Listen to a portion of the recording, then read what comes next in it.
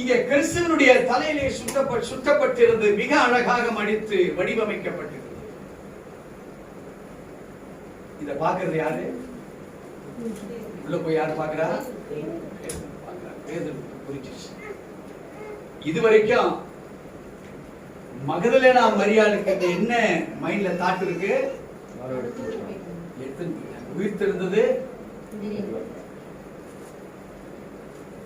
அருமையான தேவச்சனமே, நானும் நீங்களும் வேதத்தினுடைய கோட்பாடை அறிந்து ரிசரக்ஷனை உயிர்த்தெழுதலை கொண்டாடுகிறோமா, அல்லது ஏதோ திருச்சபைக்கு நாம ஞாயிற்றுக்கிழமை போகணும், ஒரு குட் ஃப்ரைடேக்கு போகணும், ரிசரக்ஷனுக்கு போகணும், கிறிஸ்துமஸுக்கு போகணும், பஸ்கா கொண்டாடுகிற அந்த சிலுவை மரணத்துக்கு முன்னால் அதுக்கு போகணும், இல்ல நியூ இயருக்கு போகணும் என்கிற கிறிஸ்தவனாக வளர்ச்சியோ வாழ்ந்து இராதபடிக்கு நாம் அதற்குள் வடிவமைக்கப்பட்டிருக்கிற அந்த கலாச்சாரங்கள், அதனுடைய குளோரினஸ் மகிமையை அறிந்தவர்களாக தான் ரிசரக்ஷன் நம்ம பார்க்கணும். சாதாரண ஒரு நபர் பார்ப்பது போல நீங்களும் நானும் பார்ப்பதற்காக நம்ம உள்ள அழைக்கப்படவில்லை. இப்போ பேதுருவுக்கு மாத்திரம் இப்ப என்ன தெரிஞ்சு போச்சு?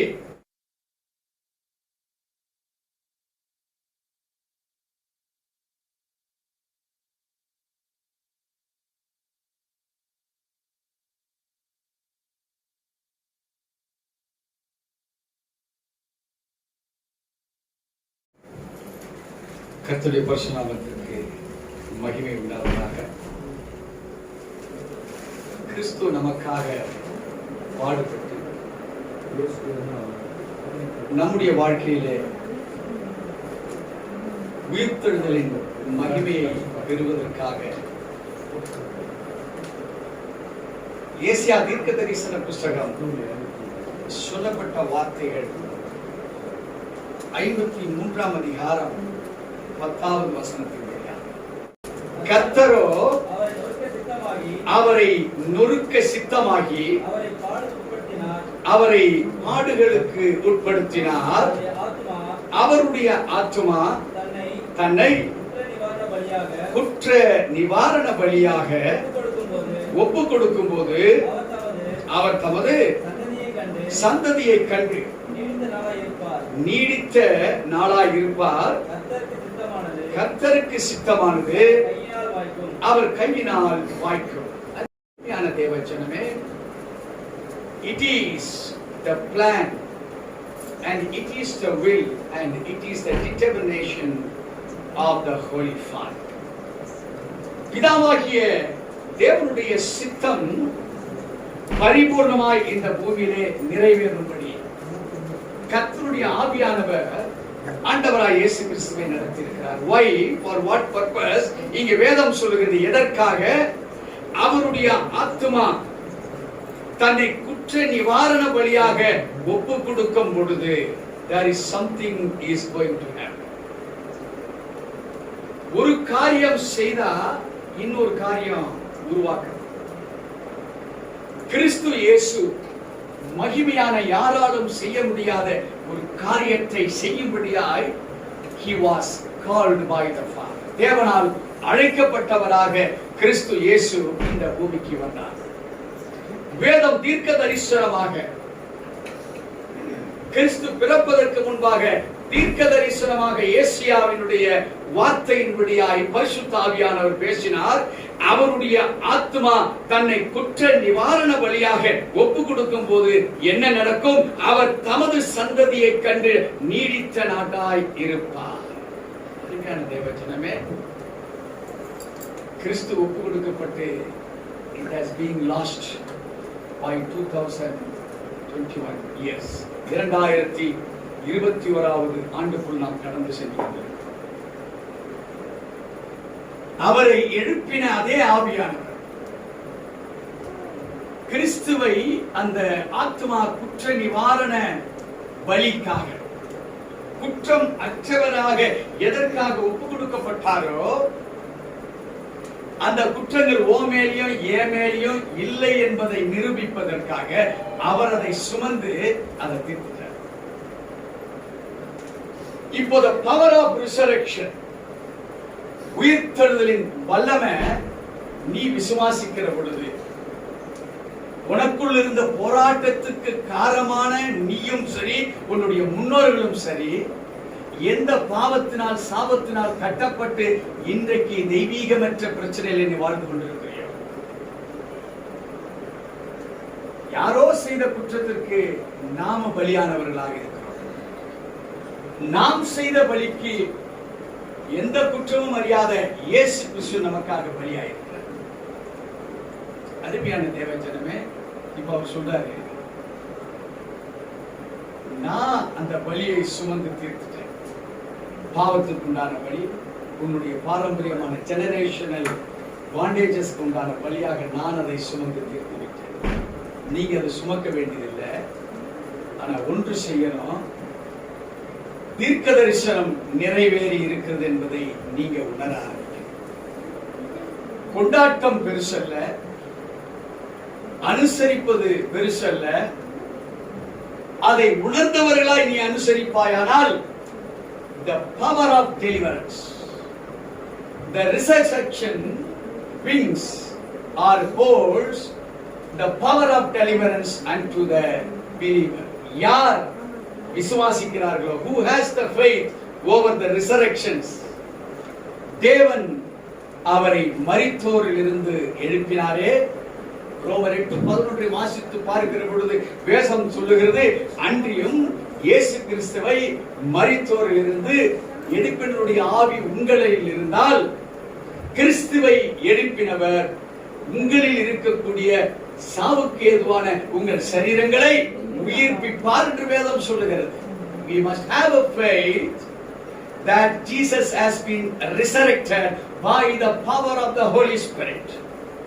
இயேசு கிறிஸ்துவை பிதாவாகிய தேவன் மரித்த பொழுது தமது பரிசுத்த ஆவியை அனுப்பி அவரை எழுப்பினார் என்று நீங்க விசுவாசிக்கிற பொழுது உனக்குள் பாவம் செய்த உன் கைகளோ, உன் கால்களோ, உன் கண்களோ, உன் சிந்தையோ இவைகள் சாவுக்கு ஏதுவான சரீரமாய் இருந்து வாழ்ந்து கொண்டிருக்கிறது உள்ள. ஆண்டவர் சொல்றார், நீ விசுவாசிக்கிற பொழுது என்ன நடக்குதா? அவர் எழுப்பின அதே பரிசுத்த ஆவியானவர் உன் சாவுக்கு ஏதுவான உன் சரீரத்துடைய அவயங்கள், உறுப்புகள் இதை பாவமாக சாபமாக செய்ததோ அதை உயிர் பெறச் செய்தார். எப்படிப்பட்ட உயிர்? கிறிஸ்துவை எழுப்பின அதே ரிசரக்ஷன்ல நீ நானே எழுந்து கொள்ள. இப்போ வேதத்தை அந்த 53:10 ஏசாயா தீர்க்க தரிசன வசனத்தை பார்த்தீங்கன்னா அங்க வேதம் சொல்றது, அவருடைய ஆத்துமா தன்னை குற்ற நிவாரண பலியாக ஒப்பு கொடுக்கும் போது அவர் தமது சந்ததியை கண்டு, it is you and me. அந்த சந்ததி யாரு? நீங்களும் நான். உனக்கு என்ன குறை இருக்கோ, உன் சரீரத்துல என்ன பிரச்சனை இருக்கோ, உன் குடும்பத்துல என்ன பிரச்சனை இருக்கோ, உன் சிந்தைக்குள் வேண்டாத அவதூறுகள் என்ன தேங்கி இருக்குதோ, அது எதுவாக இருந்தாலும் சரி, இங்கே ஆண்டவர் சொல்லுகிறாரு, அவர் குற்ற நிவாரண பலியாக ஒப்பு கொடுக்கும் போது அவர் தமது சந்ததியை கண்டு நீடித்த நாளாயிருப்பார். கர்த்தருக்கு சித்தமானது அவர் கையினால் வாய்க்கப்படும். அருமையான தேவச்சனமே, ஒன்னே ஒன்றுதான் இங்க தேவை. அவருடைய சித்தமானதுக்கு உள்ளவனாக நானோ மற்றவங்களா இருக்கிறோமா? ரிசரக்ஷன் உண்டானது உண்மையா? நீங்க அதுல இருந்தீர்களானால், நீங்க அதை விசுவாசித்து அதற்குள் நீங்க இருப்பீர்களானால், கிறிஸ்துவை எழுப்பின அதே பரிசுத்த ஆவியானவர் உங்களை எழுப்பார். இப்போ இந்த உயிர்த்தெழுந்த அந்த சம்பவத்தை தான் யோவான் 20ஆம் அதிகாரத்துல நாம் பார்க்கிறோம். இப்போ உயிர்த்தெழுதல் நிச்சயம்தான். அந்த உயிர்த்தெழுதல் நடந்த அந்த சம்பவம் உனக்கு எனக்கும் முழுமையா தெரியுமா? தெரியாது. அவர் கல்லறையில வைக்கப்பட்டாங்க, கல்லறையில போய் பார்த்தா கல்லறையில இல்லை, அவர் உயிர்த்தெழுந்தார், அவ்வளவுதான் நமக்கு தெரியும். பட் குறிப்பா அந்த சம்பவம் நமக்கு தெரிஞ்சாதான் நீங்களும் நானும் அந்த உயிர்த்தெழுதல அறிந்திருக்கிறோம் சொல்லி கட்டுகள் நம்மளை பாதிக்காது. You must know about your boss properly. உங்களுடைய தெய்வத்தையோ உங்களுடைய அதிகாரியோ நீங்க எவ்வளவாய் தெரிந்திருக்கிறீங்களோ அதுதான் உங்களுடைய வெற்றி. கிறிஸ்து இயேசு உயிர்த்தெழுந்த அந்த மகிமை என்ன, அவர் எப்படி எழப்பட்டார், who were the people involved in the presence of resurrection. அந்த மகிமையான அந்த உயிர்த்தெழுதல் எப்படி தெரிவிக்கப்பட்டது, யார் மூலமாய் தெரிவிக்கப்பட்டது, ஏன் அவரை விசேஷமாக அவர் அந்த ரிசரக்ஷனை முதல்ல பார்த்தாங்க, அதுதான் நீங்களும் நானும் பங்குள்ளவர்களாக இருக்க வேண்டுமானால் அதை போல நாமும் இருப்போம் என்றால் ரிசரக்ஷன்ல பங்குள்ளவர்களாக இல்லைன்னா கொண்டாடும். ரகசியத்தை எவ்வளவா அறிகிறீர்களோ தெரிஞ்சிட்டா அது ரகசியம் இல்லை, தெரியாத வரைக்கும் அது. இப்போ யோவான் 20ஆம் அதிகாரத்தை நாம் எடுத்துக்கொள்வோம். முதலாவது வாசிக்க. வாரத்தின் முதல் நாள் காலையில் அதிக இருட்டோட மகதலே மரியாள் கல்லறையினிடத்தில் வந்து கல்லறை அடைக்கப்பட்டிருந்த கல் எடுத்து போடப்பட்டிருப்பதை கண்டான். என்ன சொல்லப்பட்டிருக்கிறது? அதிகாலையிலே there was a person. வாரத்தின் முதல் நாள் காலையிலே அதிக இருட்டோடே மகதலேனா மரியாள் கல்லறையினிடத்திற்கு வந்து கல்லறையை அடைத்திருந்த கல் எடுத்து போட்டிருக்கிறதை கண்டார். Who was the special person? யாருதாங்க? மகதலேனா மரியாள்.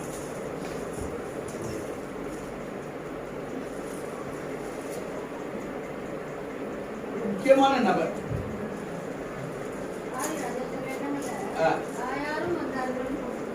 இல்ல, இந்த மரியாதையோட வேற என்ன, ஒரு சிலர் மரியாதைகள் வந்தாங்க, பல பெண்கள் தான் வந்திருக்காங்க.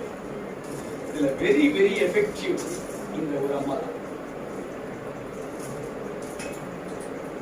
இந்த மரியாள் ஒருவேளை கிறிஸ்துவனுடைய தாயாரா அல்லது யோவான் மற்ற யாக்கோபு அவருடைய தாயாரா? She is a special person. யார் இந்த மகதலேனா மரியாள்? ஏன் மேரின்னு சொல்லப்பட்டிருக்கு, ஏன் மகதலேன் என்கிற ஒரு வார்த்தை இவரோடு சேர்க்கப்பட்டிருக்கு? கலிலேயா இது.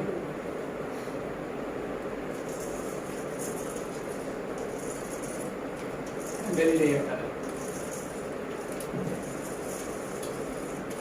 இந்த கடல் கரையிலே நிறைய வீடுகள், எல்லா வீடு. இதுல ஒரு ஷோர்ல இருக்கிற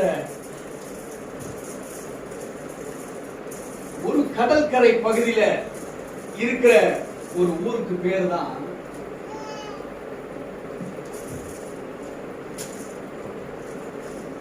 மக்தலா என்கிற ஒரு ஊர். மக்தலா என்கிற ஒரு ஊர் கலிலேயா கடல் ஓரங்களில் வசிக்கக்கூடிய ஒரு சின்ன நகரம். அத பேர், அந்த இடத்தினுடைய பேர் தான் மக்தலா. இங்கே பிறந்தவள் தான் இந்த மகள்.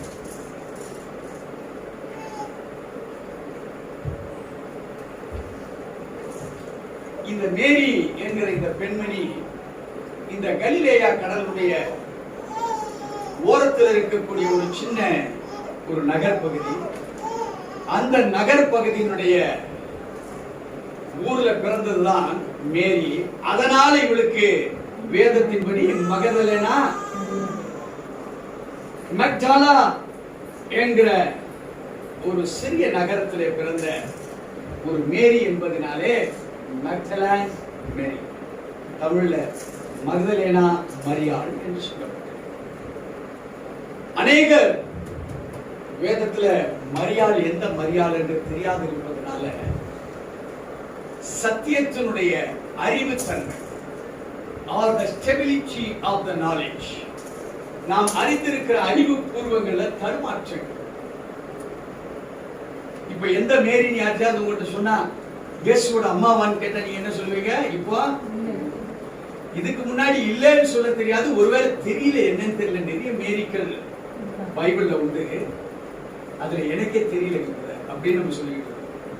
இப்போ உயிர்த்தெழுதலுடைய இந்த முதலாவது வசனம் ஒரு ஸ்திரத்தன்மையை உங்களுக்கு முதலாக உண்டாக்கப்பட வேண்டும். ஏன் மகதலேனா மரியாள் இவள் மாத்திர அந்த இருட்டோடே எழுந்து வருவதற்கு காரணம் என்ன? there are many reasons. இங்கே அவளை குறித்து நாம் பார்க்க போகும் என்றால், இந்த மகதலேனா மரியாள் மேலே 7 விதமான பொல்லாத ஆவி அவர் மேல இருக்கு.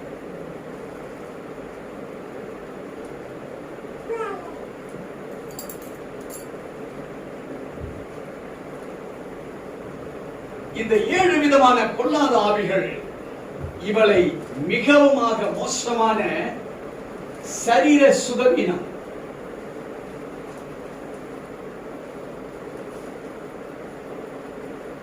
சுகவீனத்தில் அவரை வைத்தது. இந்த சரீர சுகவீனத்துக்கு எந்தவித காரணமும் தெரியவில்லை.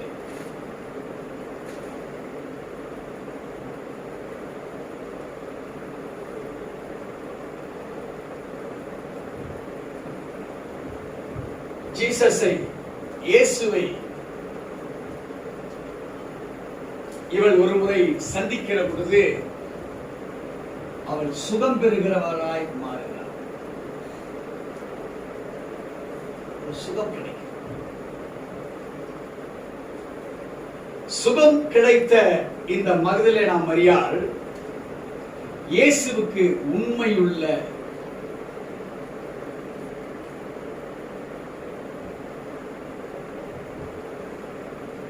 பிலீவர், விசுவாசியாக மாறுகிறார்.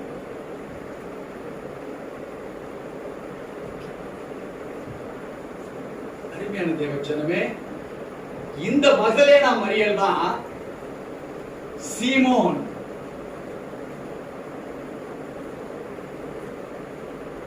அவர் யாருன்னு கேட்ட கொஞ்சம் லெப்ரசியோ, ஒரு குஷ்டரோகியோ.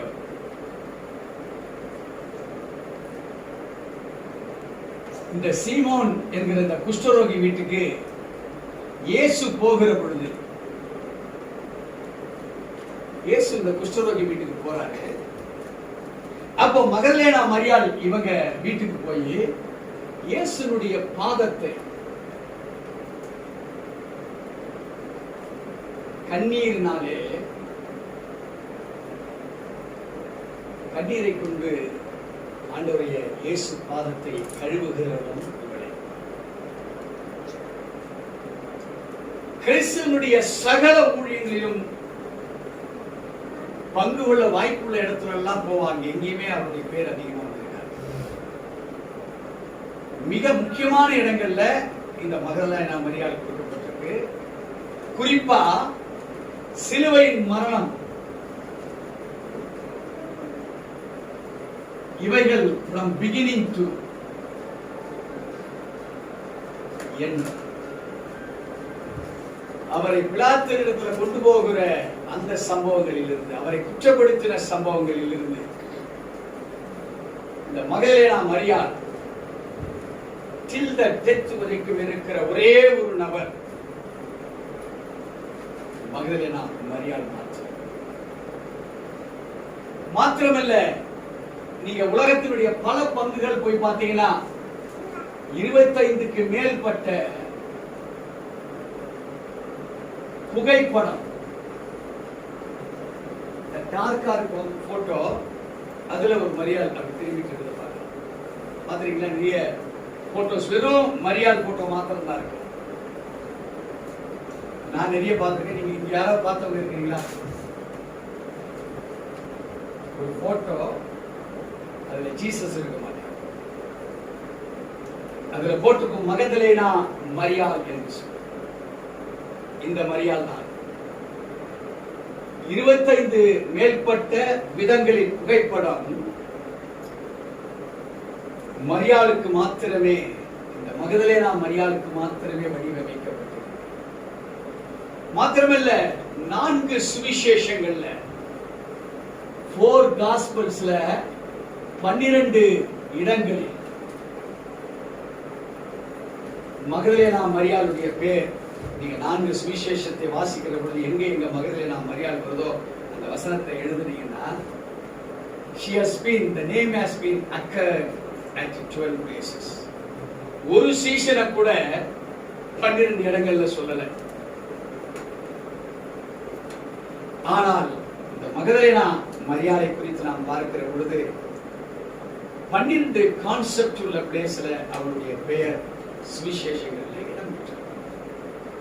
ஆகவேதான் இந்த முதலாவது வசனத்தில் நாம் பார்க்கிறோம், வாரத்தின் முதல் நாள் காலையிலே அதிக இருட்டோடே மகதலேனா மரியாள் கல்லறையின் இடத்திற்கு வந்து கல்லறை அடைந்து இருந்த கல் எடுத்து ஓடப்பட்டிருக்கிறது. அருமையான தேவஜனமே, நியாயமான பாதையில் தான் இயேசு கிறிஸ்து அடக்கம் செய்யப்பட்டாரா? இல்லை. அவருடைய சிலுவையின் மரணம் நியாயமானதா? இல்லை. ஆனால் சட்டத்தின்படி, வேதத்தின்படி, வேத சட்டத்தின்படி அவர் எதற்காக வந்தாரு? நம்முடைய பாவங்கள் சாபங்களை சுமத்த, அதுல அவர் கரெக்டுங்களா? ஆனால் உலக சட்ட திட்டத்தின்படி அவர் எந்தவித குறையால் செய்தாரா? சரி. இப்போ உலக சட்டத்தின்படி அவர் மரிப்பதற்கு உண்டான காரியங்களை செய்யவில்லை என்பதனால என்ன நடந்ததுன்னு கேட்டீங்கன்னா, அந்த அடைக்கப்பட்டிருக்கிற கல், அது எப்படின்னா ஒரு மலைப்பகுதி,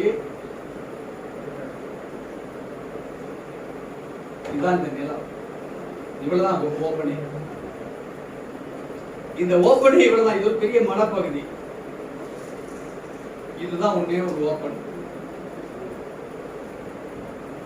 இந்த ஓப்பனை யாரும் எடுக்க முடியாதபடிக்கு ஒரு பெரிய கல் இதுல அடைக்கப்படும்.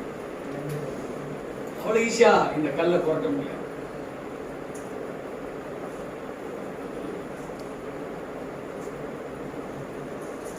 ஜீசஸ் கிரைஸ்ட், இயேசு கிறிஸ்து,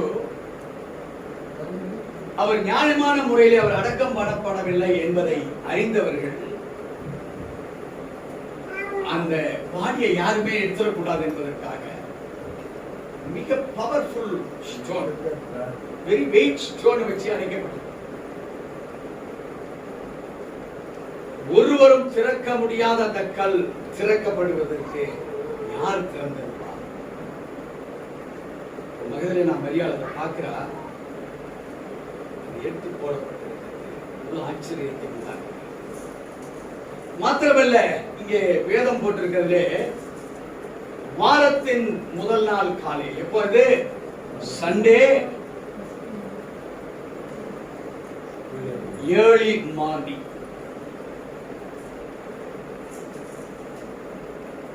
அதுக்கு முன்பாக தான் the first day. சண்டே தான் இந்த வாரத்தினுடைய செவன்த் டே. இது யூத வம்சத்தின்படி சாயந்தரத்திலிருந்து அடுத்த நாள் சாயந்தரம். நம்மள 12 o'clock நம்ம ஸ்டார்ட் பண்ணுவோம். the first day சண்டேவாக இருக்கு. தேவச்சனமே, இங்க மகதலேனா மரியாள் தேவனை தேடுகிற அனுபவம், இந்த அனுபவத்தை நாம் பெற்றுக்கொள்வதற்காக கிறிஸ்துவினுடைய திட்டம், இந்த உலகம் எப்படி தேவனை ஆராதிக்கப்பட வேண்டும், நம்முடைய thirst எப்படி இருக்கணும் என்கிறத மகதலேனா மரியாள் இந்த every week, every Sunday is called as Resurrection Day.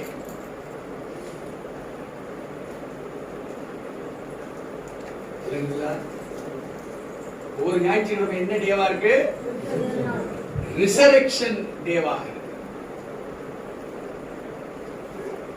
இப்ப நம்ம இந்த ஞாயிற்றுக்கிழமை 365 நாட்கள் 52 ஞாயிற்றுக்கிழமை வாரங்கள் வருகிறது. ஆனா ரிசரெக்ஷன் டேவை மாத்திரம் தான் ரிசரெக்ஷன் டேவா நம்ம கொண்டாடி, அப்படிதானே? இன்னைக்கு ஒரு சண்டேவை தான் நம்ம அப்படி கொண்டாடுறோம்.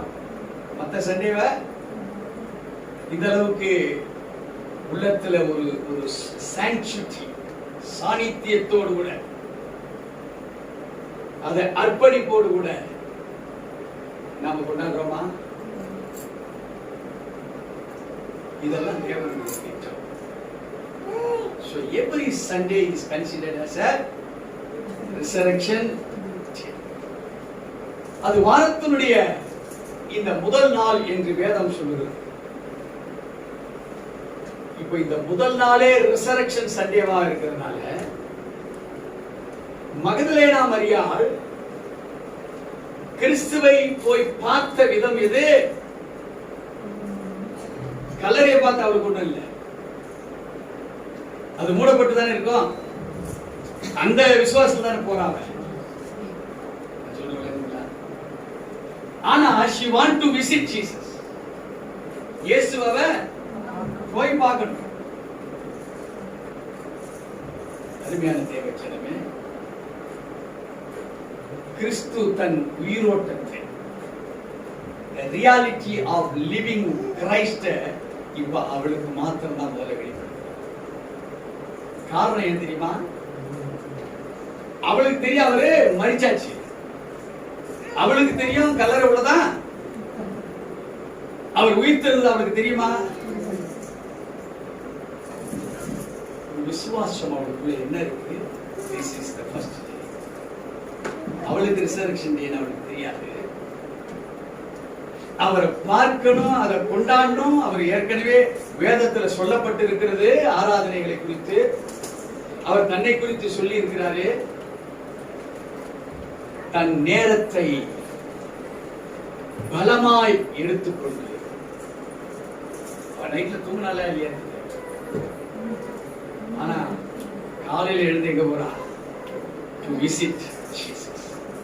அருமையான தேவஜனமே, நம்முடைய எமோஷன்ஸ் எல்லாம் கிறிஸ்துவுக்குள்ளாக பாரம்பரியத்தின் எமோஷனா? ஒருவேளை புதுசா ஞானஸ்தானம் எடுத்தவங்க சொல்லுவாங்க, எடுத்த உடனே தம்பி இனிமேல் சண்டே டெய்லி சர்ச்சுக்கு வந்து என்ன, நீங்களும் நானும் கூட ஞானஸ்தானம் எடுப்பது அப்படிதான் சொல்லியிருப்பாங்க. அப்படித்தானே எல்லாருக்கும் சொல்லியிருப்பாங்க. ஞாயிற்றுக்கிழமை எப்போதுமே சர்ச்சு நடக்குதுப்பா, நீங்க சர்ச்சு.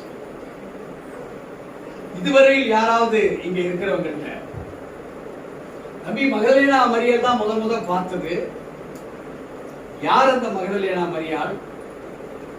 அவதான் முத அவரை எந்த டோம்னா தமிழ்ல எந்த கல்லறையில வைத்திருக்கிறார்களோ, first person to visit Jesus.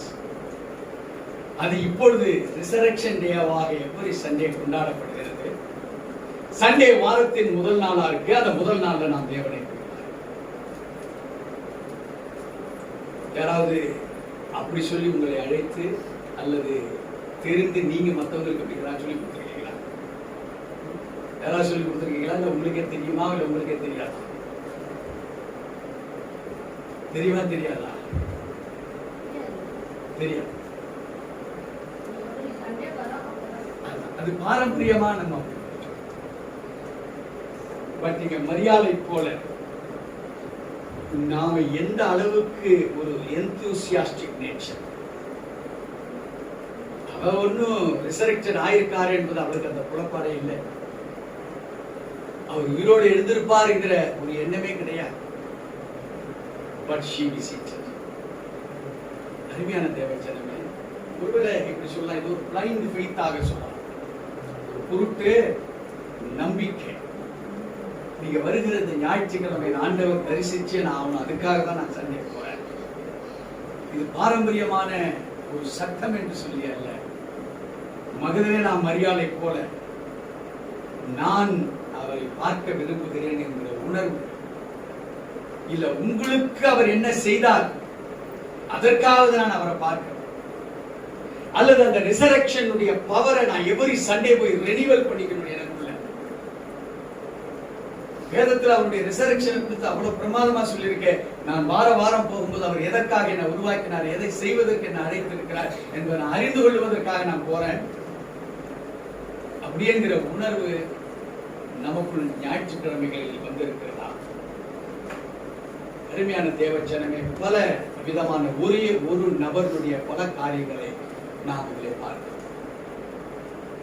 இதை போல பல அற்புதங்களையும் அடையாளங்களையும் சட்டங்களையும் திட்டங்களையும் மனிதனுடைய வாழ்வாதாரத்தின் நடைமுறைகளையும் கற்றுக் கொடுத்த இயேசு இந்த ஞாயிற்றுக்கிழமை அவர் உயிர்த்தெழுவதற்கு பரிசுத்த ஆவியானவர் அவருக்குள் எதை கொடுத்து எழுப்பினாரோ என்னையும் அதை கொடுத்து எழுப்ப போறாருங்கிற விசுவாசத்தோடு கூட நாம இந்த முதல் நாள் இந்த ஏர்லி மார்னிங் இது ஒரு ரிசரக்ஷன் டே என்கிற உணர்வை ஃபார்ம் பண்ணதுதான் ஆண்டவர் இந்த நிகழ்வை பதிவு பண்ணியிருக்கிறார். இந்த வேதாகம் இதுல பல ஒவ்வொரு காஸ்பல்லையும் இருக்கு எல்லாமே. அதுல யோவான் ஒரு மிக ஒரு டேட், அதாவது என்ன சொல்றாங்க கேட்டீங்கன்னா ஒரு பக்தி உள்ள ஒரு முக்கியத்துவம் வாய்ந்த ஒரு காஸ்பல். ஆகவேதான் இதை நான் உங்களுக்கு எடுத்திருக்கிறேன். மார்க்கில் இருக்குது, மத்தேயில இருக்குது, லூக்காவோட எல்லாத்திலையும். லூக்காவுடைய கடைசி 24 அதிகாரங்கள், 24வது அதிகாரம் முழுமையா இந்த பத்தி. இப்படி ஒவ்வொன்றுக்கும் ஒவ்வொரு அதிகாரத்துல இது சொல்லப்பட்டது. வாசிக்க கேட்போம். அடுத்த 2வது வசனம். உடனே அவள் ஓடி சீமோன் பேதுருவிடத்திலும் இயேசுவுக்கு அன்பாயிருந்த மற்ற சீஷனிடத்திலும் போய். சீஷனிடத்தில் அப்படி என்றால் எத்தனை பேரு? சீஷர்கள் அதுல இல்ல. நிறைய பேரு இந்த வசனத்தை ஓடிடுவாங்க. ஆமா, சீஷன் என்றால் 2 பேரா இல்ல, ஒரே ஒரு ஆள் தான். நல்லா கவனிக்கிறது வேத வசனத்தை. உடனே அவள் ஓடி சீமோன் பேதுருவிடத்திலும் இயேசுவுக்கு அன்பாயிருந்த மற்ற சீஷனிடத்திலும் போய். யார் அந்த மற்ற சீஷன்? இது நம்ம தெரிஞ்சுக்கலாம். சிலர் பேதுரு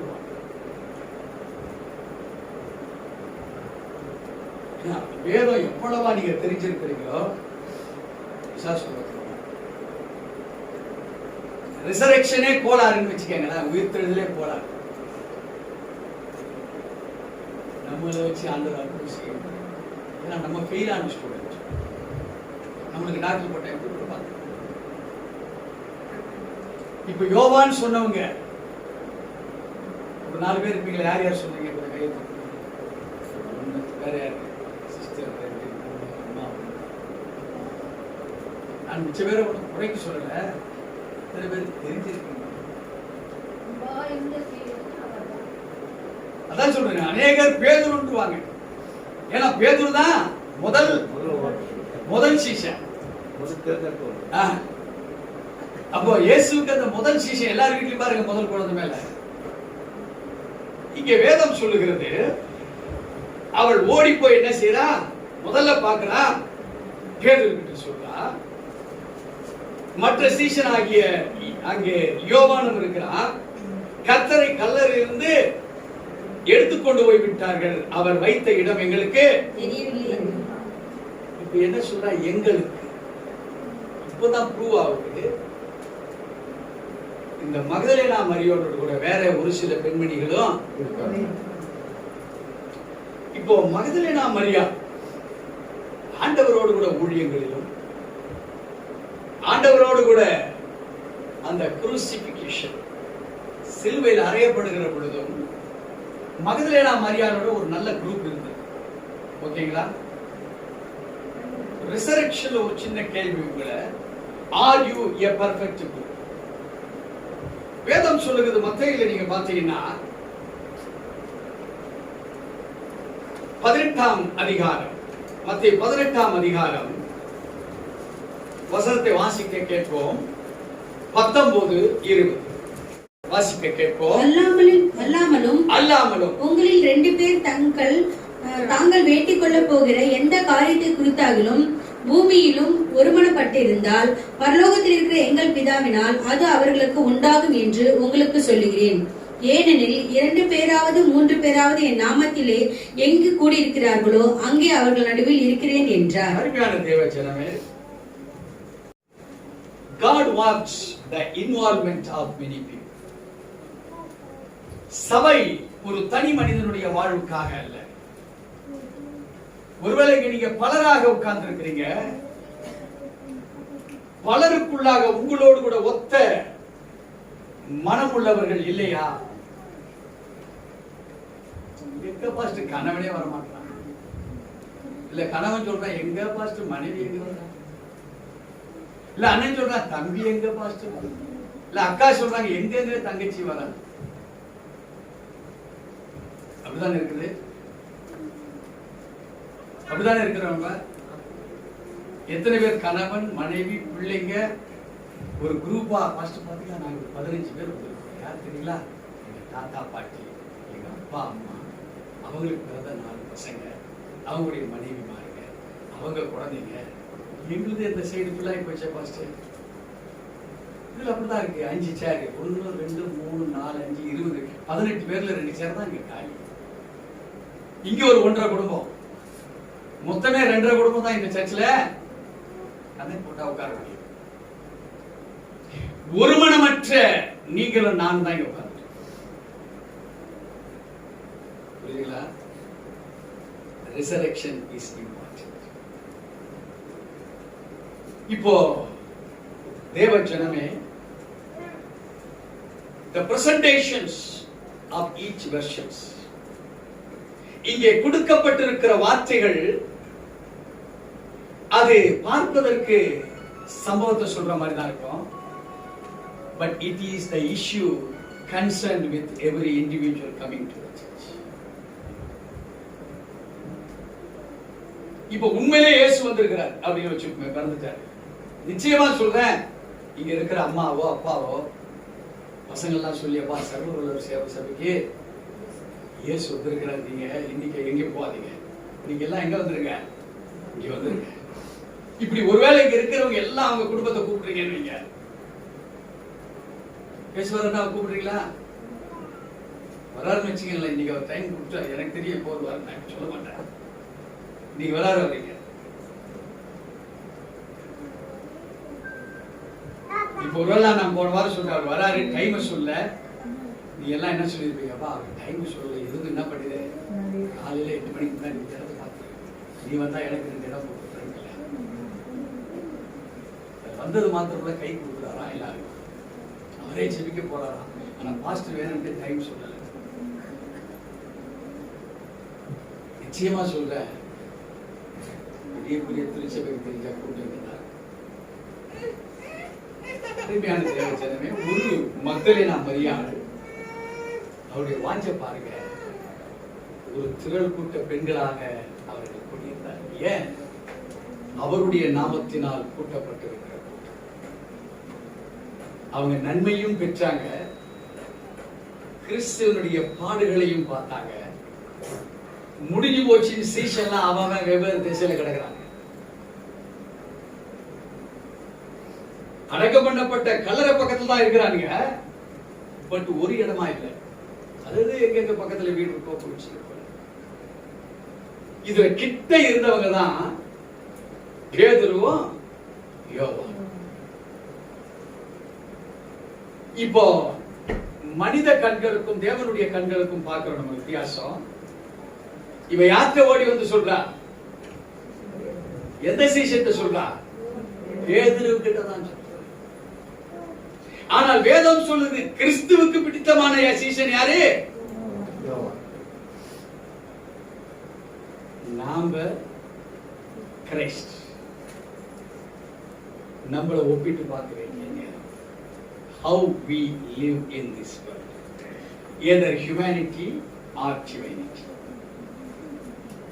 வெறும் மனித தன்மையில வாழ்றோமா, இல்ல டிவைனிட்டி அந்த பரிசுத்த தன்மையில மாத்திரம் வாழ்றோமா? பரிசுத்த தன்மையில மாத்திரம் நீங்க வாழ்ந்தீங்கன்னா இன்னொருத்தரோட அசோசியேட் ஆக மாட்டீங்க. என்ன சொல்லுங்க? அவன் பாவி அவனோட சேராது, அவன் திருடன் அவனோட சேராது, அவன் கெட்டவன் அவனோட சேராது. வெறும் மனித தன்மையில வாழ்றவன் என்ன சொல்றப்பா, அவர்லாம் பயங்கர பரிசுத்தவான் இருப்பா, நம்மளை சேர்க்க மாட்டாங்க. இவனுக்குள்ள ஒரு தாழ்வு மனத்தார். ஆனால் God want to make some prominence with these two persons. இப்போ பேதுருவுக்கும் யோவானுக்கும் ஆண்டவர் ஒரு மகிமை அந்த இடத்துல செலுத்துறார். வாசிக்க கேட்போம் தொடர்ந்து 3வது வசனத்தை. அப்பொழுது பேதுருவும் மற்ற சீஷனும் கல்லறையினிடத்துக்கு போகும்படி புறப்பட்டு இருவரும் ஒரே மித்து ஓடி போனார்கள். இப்போ ஓடுறாங்க 2 பேருமே. இப்போ பேதுரு 2 பேரும் ஒரே ஓட்டத்துல ஸ்டார்ட் பண்ணவங்க தான். இப்போ பேதுரு யோவானை விட ஸ்பீடா போயிட்டான்.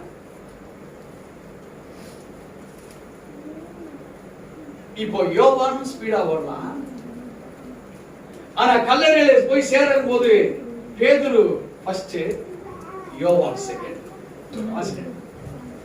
பேதுரு பார்க்கிலும் மற்ற சீஷன் துரிதமாய் ஓடி முந்தி கல்லறையிடத்தில் வந்து போது இப்ப அங்கதான் இருக்கு விஷயம். 2 பேரும் வராங்க ஓடி ஸ்பீடு தான். பட் அந்த ஸ்டாண்டிங் டைம் இப்ப வித்தியாசம். என்ன ஸ்டாண்டிங் டைம்னா இப்ப யாரு உள்ள போய் முதல்ல பார்க்கிறான். வாசிக்க கேட்போம். அதற்குள்ளே குனிந்து பார்த்து சிலைகள் கிடக்கிறதை கண்டான். ஆனாலும் அவன் உள்ளே போகவில்லை. யார் போகல? யோவான். ஓட்டத்துல பேதுரு தான் ஸ்டார்டிங். யோவான் கிட்ட போகும்போது முன்ன போயிடுறான். யார் இப்ப உள்ள போயிருக்கணும்? முதல்ல யோவானு. வாசிப்போம் என்ன நடந்தது. சீமோன் பேதுரு அவனுக்கு பின்னாக வந்து கல்லறைக்குள்ளே பிரவேசித்து சீலைகள் கிடைக்கிறதையும் அவருடைய தலையில் சுற்றி இருந்த சீலை மற்ற சீலையுடனே வைத்திராமல் தனியே ஒரு இடத்தில் சுருட்டி வைத்திருப்பதையும் கண்டான். இப்போ ஒரு வாதம் அவனுக்குள்ள வருது. மைண்ட்ல ஒரு ரியாக்ஷன். இப்ப துணிகள் அவரை சுற்றி இருந்த துணி தனியா இருக்கு. தலையில சுற்றப்பட்ட துணி மடி துணி. விளக்கங்கள் நம்ம கடைசியில பார்ப்போம். டைம் இருக்கிறது. There is one difference inside that robe. ஏன் அது மடிக்கப்பட்டிருக்கு? இது கலைக்கப்பட்டிருக்கு. அது அதனுடைய ஹிஸ்டாரிக் யூதத்துடைய கலாச்சாரம் என்ன நம்ம பார்க்க போறோம். அது ஆக்சுவலா நாங்க ஹீப்ரூ கிளாஸ்ல எங்களுக்கு சொல்லி கொடுத்தது, ஒரு கணவன் மனைவி ஒரு குடும்ப தலைவர்கள் இருக்கிறாங்கன்னா, மனைவி வெளியே போயிட்டா கணவன் இப்போ வெளியூர் பிரயாணம் போகணும். அவர் என்ன செய்வார்னா, அந்த பிரேயர் ஷால் இருக்கு இல்லைங்களா, அதை எங்க போடுவாங்க? அந்த பிரேயர் ஷாலை வீட்டினுடைய திறனையில ஒரு சைடுல வச்சுட்டு போடுவார். இப்ப மனைவி வராங்க. வந்து பார்க்கும்போது வீட்டுல கணவன் இல்லை. வர்றதுக்கு முன்னாடியே கதவை திறக்கும் போது என்ன தெரியும்? இந்த பிரேயர் ஷால். இந்த பிரேயர் ஷாலுடைய அர்த்தம் என்னன்னா, நான் கொஞ்சம் தூரம் போறேன், திரும்பி வருவேன். அதான் இங்க கிறிஸ்துவனுடைய தலையிலே சுட்டப்பட்டிருந்து மிக அழகாக மடித்து வடிவமைக்கப்பட்டது. இத பாக்குறது யாரு? உள்ள போய் யாரு பாக்குறா? இதுவரைக்கும் மகதலேனா மரியாளுக்கு என்ன மைண்ட்ல தாட் இருக்கு? உயிர்த்தெழுந்தது அருமையான தேவச்சனங்க. நானும் நீங்களும் வேதத்தினுடைய கோட்பாடை அறிந்து ரிசரக்ஷனை உயிர்த்தெழுதலை கொண்டாடுகிறோமா, அல்லது ஏதோ திருச்சபைக்கு நாம ஞாயிற்றுக்கிழமை போகணும், ஒரு குட் ஃப்ரைடேக்கு போகணும், ரிசரக்ஷனுக்கு போகணும், கிறிஸ்துமஸுக்கு போகணும், பஸ்கா கொண்டாடுகிற அந்த சிலுவை மரணத்துக்கு முன்னால் அதுக்கு போகணும், இல்ல நியூ இயருக்கு போகணும் என்கிற கிறிஸ்தவனாக வளர்ச்சியோ வாழ்ந்து இராதபடிக்கு நாம் அதற்குள் வடிவமைக்கப்பட்டிருக்கிற அந்த கலாச்சாரங்கள், அதனுடைய குளோரினஸ் மகிமையை அறிந்தவர்களாக தான் ரிசரக்ஷன் நம்ம பார்க்கணும். சாதாரண ஒரு நபர் பார்ப்பது போல நீங்களும் நானும் பார்ப்பதற்காக நம்ம உள்ள அழைக்கப்படவில்லை. இப்போ பேதுருவுக்கு மாத்திரம் இப்ப என்ன தெரிஞ்சு போச்சு? அவர் எதை வச்சு? அந்த துணி என்ன நீங்க கொடுக்கல. It is called as prayer shawl. அவர் மெல்லிய துணி போட்டு அவர் சரீரத்தை சுற்றி prayer shawl the prayer shawl was kept perfect. அருமையான தேவஜனமே, அதை மாத்திரம் மறுபடியும் வாசகம். சீலைகள் கிடக்கிறதையும் அவருடைய தலையில் சுற்றியிருந்த சீலை மற்ற சீலையுடனே வைத்திராமல் தனியே ஒரு இடத்தில் சுருட்டி வைத்திருப்பதையும் கண்டார். It was folded in a special place and kept it. தனியாக அது உயிரோட்டம் உள்ளதாக அது காண்பிக்கும் பொருட்டு. God has resurrected. He has been resurrected today. He is not stolen. ஆனா முதல்ல ஏன் பேதுரு ஓடுனா, அந்த பாடிய தூக்கிட்டா போயிட்டாங்க. முதல்ல என்ன மரியாள் அந்த நினைப்புல தானே ஓடி வந்திருப்பா, அப்படிதானே? முதல்ல என்ன மரியாள் எப்படி நினைச்சு வந்திருக்கிறா? அவர் உயிர் தெரிஞ்சுட்டான்னு சொல்ல வந்தாளா? ஏன்னா முதல்ல அவர் உள்ள பார்க்கல, கல்லு போறன்னு இருக்கு, பார்த்தா ஆளு காணும், அவ்வளவுதான். உள்ள போகல, இருட்டு. அருமையான தேவ ஜனமே, இவங்க இடத்தை எங்க இருந்தாங்களோ அந்த இடத்தை போய் சொல்லி அவங்க கூட்டிட்டு வந்து பாக்குறாங்க. காலை பொழுது உதயமாகிற நேரம் பேதுரு உள்ள போறான். உள்ள போனா பார்ப்பது கிறிஸ்து அங்க இல்லை, ஆனா கிறிஸ்து இருக்கிறார் என்பதை உணர்ந்தவனாக மாறுகிறார். வாசிக்க கேட்போம். முந்தி கல்லறையிடத்துக்கு வந்த அந்த சீஷனும் அப்பொழுது உள்ளே பிரவேசித்து கண்டு விசுவாசித்தான். இப்போ பேதுரு சொல்லியிருப்பானா, சொல்லியிருக்க மாட்டானா? பேதுரு சொல்லியிருப்பான் இல்லையா? யோவான்ட்ட மிராக்கிள் நடந்திருக்கிறார், கிறிஸ்து சாகல. நம்ம வேத வாக்கியங்கள்லாம் அநேகம் நம்ம வாசித்தோம். கிறிஸ்து சொன்னபடி உயிர்த்தெழுந்திருக்கிறார். Just there is some conversations between them. ரெண்டு பேருக்குள்ள பேச்சுவார்த்தை நடந்திருக்கு. எதை வச்சுடா சொல்றேன்னு கேட்டிருப்பான் யோவான். ஏன்னா அவர் யாரு? அன்பான சீஷன் தேவனுக்கு. இல்லப்பா தம்பி, எதை வச்சு சொல்ற? உயிர்த்தெழுந்துட்டாரா அவரு? உண்மையாவா சொல்ற? எதை வச்சுப்பா சொல்ற? இந்த துணியை பாரு.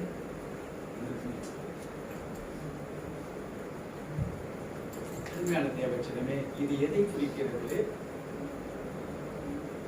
வேதம் ஆராய்ந்திருக்கப்பட வேண்டும். If you trust the resurrection of the Lord Jesus, இயேசு கிறிஸ்து உயிர்த்தெழுந்தார் என்று நீ விசுவாசிப்பாயானால் வேதத்தை ஆராய்கிறவனாக நீ இருக்கிறாயா? அல்லது பேதுரு ஆராய்ந்திருக்கிறவனாய் இல்லாதவனாய் இருப்பானா? சொல்லியிருக்க முடியுமா? மகதலேனா மரியாள் ரொம்ப பாசம் வச்ச ஒரு மகதான், பட் ஆராய்ந்து எடுக்கக்கூடிய பவர் இல்லை. ஆனால் இங்கே பேதுரு உள்ள போறான். தேவனுக்கு பிடித்தவர் யோவான் தான். ஆனா God gave the position to the man who know the reality of the God. தேவனுடைய உண்மையத்துவத்தை விரும்புகிற மனிதனை தேவன் தேர்ந்தெடுத்து, அன்பாய் இருக்கலாம் ஒரு சீஷன், ஆனா அவனுக்கு அறியாததை கற்றுக் கொடுப்பதற்காக ஒரு ரிசரக்ஷன் ஒரு மனிதனை பயன்படுத்துகிறது. அல்லேலூயா. புரியுதுங்களா? ரொம்ப கீனா கவனிச்சாதான் உங்களுக்கு புரியும். There are two kinds of people. Disciples ஆண்டவரோடு கூட இருக்கிறவர்களிலே ஓடுனது இன்னும் பேதுரு ஸ்பீடா ஓடனா, அதையும் தாண்டி யோவான் ஓடனா, யோவான் முதல்ல ரீச் ஆனாலும் இப்ப பேதுரு தான் உள்ள போறார். இப்போ ஓட்டம் பெருசல்ல, நல்ல போராட்டத்தை வேதம் சொல்லுது. பின்னானவைகளை மறந்து முன்னானவைகளை நாடி போகணும். இது 1000 பேரை நீ ஜெயிச்சிருப்ப. இப்ப நீ சரியா ஓடலாம், உன்னை இன்னொருத்தங்க. வேதத்தினுடைய ரகசியங்களை எவ்வளவாய் நீங்க பற்றி பிடிக்க ஆரம்பிக்கிறீங்களோ, உயிர்த்தெழுந்த வல்லமை உங்களுக்குள்ள சேரும். இதை தெரியாம நீங்க கிறிஸ்தவத்துல உட்கார்ந்துட்டு போனீங்கன்னா எதையோ நீங்க கேட்டது மாதிரிதான் இருக்குமே தவிர வேதத்துடைய காரியங்கள் புலப்படாது. அந்த வசந்த மறுபடியும் எப்படி யோவானுக்கு பேதுரு சொல்றார், அதை மாத்திரம் வாசிப்போம். முந்தி கல்லறை நடத்துக்கு வந்த மற்ற சீஷனும் அப்பொழுது உள்ளே பிரவேசித்து கண்டு விசுவாசித்தான். அவர் மரித்தோரிலிருந்து எழுந்திருக்க வேண்டும் என்ற வாக்கியத்தை அவர்கள் இன்னும் அறியாதிருந்தார்கள். யார் அறியாதிருந்தார்கள்? பலர் அறியல. அவர் மரித்தோரிலிருந்து எழுந்திருக்க வேண்டும் என்கிற வேத வாக்கியத்தை அவர்கள் இன்னும் அறியாதிருந்தார்கள். இந்த வேத வசனம் ஒருவேளை நம்ம கிறிஸ்தவர்களுக்கு எல்லாருக்கும் இது பிளஸ்ஸா மைனஸான்னு தெரியுமா? எனக்கு தெரிஞ்சு இதனுடைய பவர்ஃபுல்னஸ் ஒரு 100ல ஒருத்தருக்கு தான் தெரிஞ்சிருக்கும் நான் நினைக்கிறேன். இதனுடைய உள்கருத்துக்கள் கிறிஸ்தவனா இருக்க அத்தனை பேரையும் கூப்பிட்டு ஒரு இன்டர்வியூ வச்சு, இது என்ன புரிஞ்சது? அவனே ஒன்று சொல்லுவாங்க, அவரே உயிர்த்தெழுந்தாங்க. இல்லப்பா அவரு என்னப்பா, அவரு உயிர்த்தெழுந்தாங்க. சரி தம்பி நீங்க போங்க, நெக்ஸ்ட் வாங்க. அந்த வசனம் என்ன சொல்லுது? அவரு சார் அவர் உயிர்த்தெழுந்தார். வேற ஏதாவது சார் அவரு உயிர்த்தெழுந்தார் சார். சரி பாருங்க, அடுத்த தம்பி சிஸ்டர் என்ன சிஸ்டர்? யோவான் 20ஆம் அதிகாரம் மாஸ்டர் உயிர்த்தெழுதல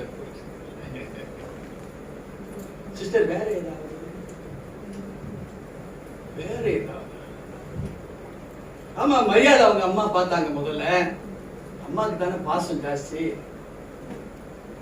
அதனால நிறைய சீசரை பார்த்தாங்க. அங்க பேதுருன்னு ஒருத்தர, அவர் தானே அழைக்கப்பட்ட சீசர். அதனால அவருக்கு போய் மாஸ்டர் அந்த மரியாதை அவங்க தாய் போய் சொல்லிச்சு. அவர் உயிர்த்தெழுந்தார்ல.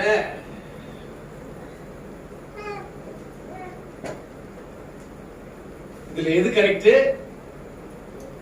உயிர்த்தெழுந்தது கரெக்ட். அது இந்த தாயை ஒத்துப்ப திடீர்னு ஒண்ணு விழுந்துரும். தாய் பாஸ் பார்த்திருக்கீங்களா? அப்படி உருட்டினா ஒண்ணு விழுந்தா ஒரு காயினை தூக்கி அந்த கட்டத்துல வைக்கலாம். அது அதிர்ஷ்டமா தான் வரும். எல்லாம் சிலர் இங்க தாய் பாஸ் இப்படி தட்டிட்டு விட்டுவான், சிலர் இப்படி விட்டுவான். பார்த்திருக்கீங்களா? இல்ல இந்த தாயை விடுறதுக்காக லெப்ட்ல விட்டுவான். லெப்ட்ல விட்டா ஒண்ணு விழுந்துமா. சிலருக்கு 12 வந்தாதான் ஹை ஸ்டேஜ். அதுக்கு என்ன இப்படினோ அப்படினோ அப்புறம் பார்த்தா 12 விழுதானா எப்படின்னு தெரியும். சமத்துல தாயம் விழுது, அது எப்படின்னு தெரியல. அத மாதிரி இவன் ரிசரக்ஷன் என்ன சொல்றான்? இந்த தாயம் விழுந்தா மாதிரியும் 12 விழுந்தா மாதிரியும். அப்படிதான் நம்ம கிறிஸ்டியன்ஸ் இருக்கிறோம். யாராவது ஒருத்தர் கூப்பிட்டு சிஸ்டர் வாங்க அப்படின்னு சொன்னீங்க, ரிசரக்ஷன் பாடாங்க. 5 நிமிஷம் ஓடுமா பேச்சு? யாரையாவது விட்டா ஒரு 5 நிமிஷம் பேச முடியுமா? Resurrection resurrection. ஒருத்தர் சினிமா பாட்டு பாட சொன்னாங்க. பாலும் பழமும் கைகளில் ஏந்தி, பாலும் பழமும் கைகளில் ஏந்தி, பாலும் பழமும் கைகளில் ஏந்தி, பாலும் பழமும் கைகளில் ஏந்தி. ஒரு ஏத்தம் ஒரு இறக்கம், ஒரு சத்தம் கட்டி. அதே மாதிரி master resurrection. Master it is resurrection. Brother உயிர்த்தெழுந்தார். பிரதர் சிஸ்டர் அவர் சாகல, அவர் உயிரோடு இருக்கிறார். That is resurrection. மாஸ்டர் என்ன அருமையா பேசுறாரு பாத்தீங்களா? கைத்தட்டு மேலாரம் தட்டாக்காரங்க சும்மா சொல்றேன். இப்படிதான் ரிசரக்ஷன் தெரிஞ்சு வச்சிருக்கோம். அப்படிதானே? ஆமாவா இல்லையா? அருமையான தேவச்சனமே வாசிப்புங்க. வேதம் சொல்லுது, அவர் மரித்தோர் இருந்து எழுந்திருக்க வேண்டும் என்ற வாக்கியத்தை அவர்கள் இன்னும் நான் என்ன சொல்றேன், அவங்கள விடுங்க, அவங்கள விட்டுருங்க. அன்னைக்கு நம்மள போல பைபிள் அவங்கள்ட்ட இல்ல. இப்போ நமக்கு என்ன இருக்கு? சரித்திரத்தினுடைய ஆதாரம் இருக்கு நமக்கு. இந்த கல்லறை நான் பார்த்தேன், ஆதாரம் இருக்கு, வேதம் நம்ம கையில இருக்கு. ஆனா ரிசரக்ஷனை பத்தி நமக்கு தெரியும். அன்றைக்கு ஒரு ஆதாரமும் இல்லை. அப்பதான் அவங்க விஷுவலைஸ் பண்றாங்க. கிரைஸ்ட் எழுந்திருப்பாரா, எழுந்திருக்க மாட்டாரா, சட்ட திட்டங்கள் கற்றுக் கொடுக்கப்பட்டதா, கற்றுக் கொடுக்கப்படலையா, அல்லது புரிஞ்சதா, புரியலையா, இயேசுவை ஸ்லேடியா சொன்னாரா, இது எல்லாமே தெரியாது. ஓரளவுக்கு நியாயம்தான். அவங்களுக்கு தெரியலனாலும் நியாயமா ஏத்துக்கணும், தெரிஞ்சிருக்கனாலும் நியாயமா ஏத்துக்கணும்.